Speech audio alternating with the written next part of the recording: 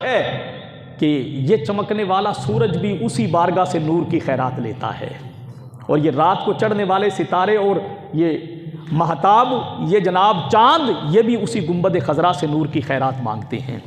حضرت حضور کے ایک صحابی ہیں رضی اللہ تعالیٰ عنہ، وسلم رات کو اپنے گھر آیا تو میں اپنے بستر پر لیٹا، میں نے دیکھا کہ 14ویں کا چاند چمک رہا تھا۔ حضرت برہ بن عازب رضی اللہ تعالیٰ عنہ فرمایا 14ویں کا چاند چمک رہا تھا تو میں نے دیکھا کہ آج پورے اپنے آب و تاب کے ساتھ آسمانوں کا چاند جو ہے چمک رہا ہے۔ تو فرمایا پھر بستر پہ میرا دل نہیں لگا، میں نے مدینے کے چاند کی تلاش شروع کی۔ فرماتے اپنے گھر سے نکلا تو میں پھر آیا تو دیکھا کہ مدینے کا چاند بھی مسجد نبوی کی حسین وادیوں میں رونق افروز ہے، اور میرے آقا صلی اللہ علیہ وسلم نے سرخ دھاری دار کرتا پہنا ہوا ہے، اور میرے آقا صلی اللہ علیہ وسلم تشریف فرما ہیں۔ تو فرماتے ہیں پھر میں ٹک ٹکی باندھ کر کبھی آسمانوں کے چاند کی طرف دیکھتا اور کبھی بطحا کے چاند کی طرف دیکھتا، میری ایک نظر آسمانوں پر جاتی اور دوسری نظر مدنی ماہی کے چہرے پہ آتی۔ تو فرمایا پھر میرے دل نے فیصلہ کیا کأن الشمس تجری فی وجہہ، فرمایا پھر دل نے فیصلہ یہ کیا کہ اے اس چاند اور اس چاند کو دیکھنے والے، اس چاند کے چہرے پر چھائیاں ہیں مگر محمد عربی کا چہرہ اس سے بھی زیادہ خوبصورت ہے۔ کأن الشمس تجری فی وجہہ، یوں لگتا تھا کہ جیسے وہ چاند اور سورج چمک رہے ہیں تو اسی چاند اور سورج سے نور کی خیرات لے کر چمک رہے ہیں۔ اللہ اکبر! تو کتنا میرے آقا صلی اللہ علیہ وسلم کو یہ اتنا حسین اللہ نے مکھڑا بنایا، اتنا حسین چہرہ میرے رب نے بنایا۔ اللہ اکبر! وہ اس لیے کہا نا، فرما زلف دیکھی ہے نظروں نے کہ گھٹا دیکھی ہے، زلف دیکھی ہے نظروں نے کہ گھٹا دیکھی ہے، ارے لٹ گیا جس نے محمد کی ادا دیکھی ہے۔ میرا رب تعریف کرے ودھا، محبوب تیرے مکھڑے کی قسم، محبوب آپ کے مکھڑے کی قسم، واللیل اذا سجا، اور محبوب آپ کی زلف دوتا کی قسم۔ دہا اصل میں کہتے ہیں جب سورج نکل رہا ہو، آفتاب نکل رہا ہو اور اتنا بلند ہو جائے کہ جس سے نگاہیں اس کی طرف دیکھ سکیں اور نظریں چندھیائیں نہ، آنکھیں کھیرا نہ ہو، اس وقت کو دہا کہتے ہیں۔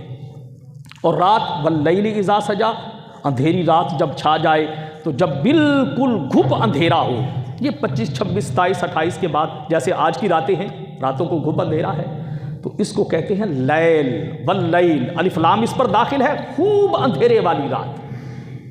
تو یہاں تشبیہ کیا ہے میرے رسول صلی اللہ علیہ وسلم؟ فرما محبوب ودھا، آپ کے اتنا حسین مکھڑا ہے کہ آپ کے حسین مکھڑے کو اللہ نے سورج سے تشبیہ دی ہے۔ ٹھیک ہے، وہ آفتاب جب چمکتا ہے دوپہر کو چمک رہا ہو تو نظر اس کی طرف نہیں جاتی، مگر یہ مدینے کا چاند ہے، یہ مدینے کا سورج ہے۔ اللہ اکبر! ایک مرتبہ ایمان کی نظر اس پہ پڑ جائے تو بندہ صحابی بن جاتا ہے، ایمان کی نظر ایک مرتبہ پڑ جائے۔ واللیل اذا سجا، اندھیری رات جیسے مجرموں کو اپنی آغوش میں لے لیتی ہے نا، بندہ جرم کر کے نکلا ہو، اندھیری رات ہو تو بندہ پہچان نہیں سکتا۔ فرما محبوب آپ کی سیاہ زلفیں اور آپ کی کالی کمبل جو ہے نا، یہ قیامت کے دن بھی دنیا میں اپنے مجرموں کو چھپاتی ہے، قیامت کے دن بھی حضور آپ کی کالی کملی مجرموں کو چھپائے گی۔ تو فرمایا وَجَعَلْنَا سِرَاجًا وَهَّاجًا، ہم نے تمہارے لیے سورج کو چمکتا ہوا زبردست روشنی والا اور حرارت والا، دونوں چیزیں اس کے اندر۔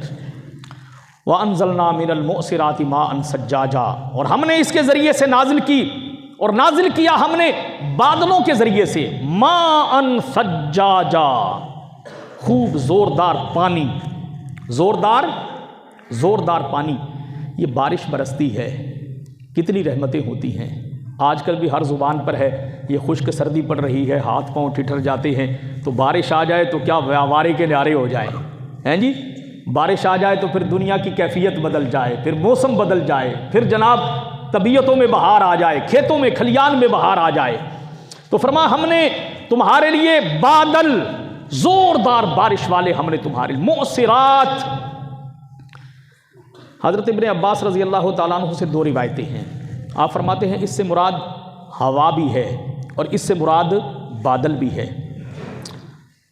اگر اس سے مراد بادل ہو تو پھر اس کا معنی یہ بنے گا کہ وہ بادل جو بالکل پانی سے بھر کر نچڑنے کے قریب ہوں، بالکل نچڑنے کے قریب ہو، بھرے ہوئے ہیں پانی سے مگر وہ ٹپک نہیں رہے، نچڑ نہیں رہے۔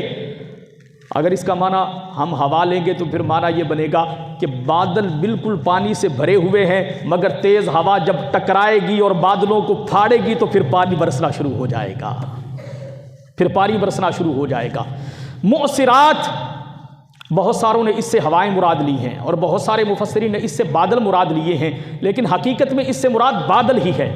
ماء ثجاجا، زوردار پانی جس سے ہوا جب تیز بادل کے ساتھ ٹکراتی ہے اور بادل کو چیرتی ہے تو پھر زوردار پانی زمین کی طرف ٹپکتا ہے۔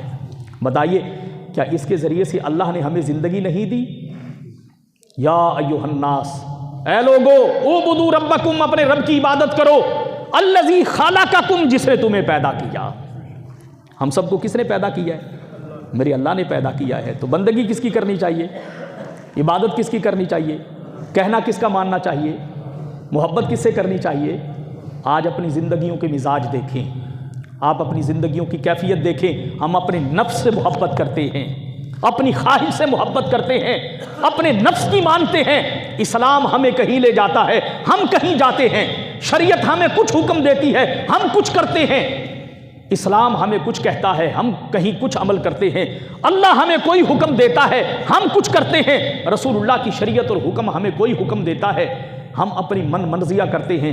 میرے رسول صلی اللہ علیہ وسلم نے فرمایا خبردار، لا یؤمن احدکم حتی اکون ہواہ تبعا لما جئت بہ، او کما قال علیہ الصلوۃ والسلام، فرمایا خبردار کوئی بھی اس وقت تک اپنے آپ کو مومن نہ سمجھے جب تک کہ اس کی خواہشات میری شریعت کے تابع نہ ہو جائے۔ اس کی خواہشات، اس کے من میں جو اترتا ہے، من میں جو اٹھتا ہے، پہلے خواہش پیدا ہوتی ہے نا، پھر دماغ میں سکیچ بنتا ہے، پھر بندہ عملی طور پر اسے جامہ پہناتا ہے۔ تو سب سے پہلے تو سوچ ہے، بندے کی فکر ہے، ٹھیک ہے؟ اس فکر پہ پہرا لگاؤ، اس سوچ پہ پہرا لگاؤ کہ اس کے اندر کوئی منفی بات داخل ہی نہ ہو، منفی سوچ آئے ہی نہیں، مثبت سوچو، اچھا سوچو، اس لیے کہ میرے آقا صلی اللہ علیہ وسلم فرماتے ہیں کہ اپنے بھائیوں کے لیے آسانی پیدا کرو، آسانی پیدا کرو، تنگی پیدا نہ کرو۔ مومن ہمیشہ آسانی پیدا کرتا ہے، کبھی تنگی پیدا کرنے والا مومن نہیں ہوتا، روڑے اٹکانے والا مومن نہیں ہوتا، آسانی پیدا کرنے والا ہوتا ہے۔ فرما مومن کی اللہ نے یہ صفت رکھی ہے کہ مومن ہمیشہ ایک دوسرے کے لیے آسانیاں پیدا کرتا ہے، تنگی پیدا نہیں کرتا۔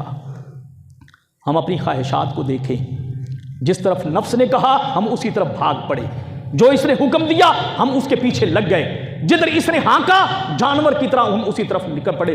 لا یؤمن احدکم حتی اکون ہواہ تبعا لما جئت بہ، فرما اپنی سوچ پر پہرا لگاؤ، اپنی سوچ پر پہرے دار بٹھاؤ کہ کوئی منفی سوچ اس کے اندر داخل نہ ہو، کوئی فساد اس کے اندر داخل نہ ہو، کوئی پروپگنڈا اس کے اندر داخل نہ ہو، کسی مسلمان کا نقصان اس کے اندر داخل نہ ہو، شیطانیت اس کے اندر داخل نہ ہو۔ اس کی سوچ پر، اپنی سوچ پر پہرا لگاؤ۔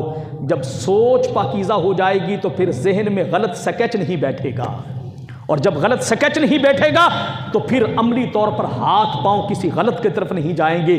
جب یہاں سوچ اچھی ہوگی تو پھر کام بھی اچھا ہوگا۔ اللہ تعالی ہم سب کو عمل کی توفیق عطا فرمائے۔ وآخر دعوانا الحمدللہ رب العالمین۔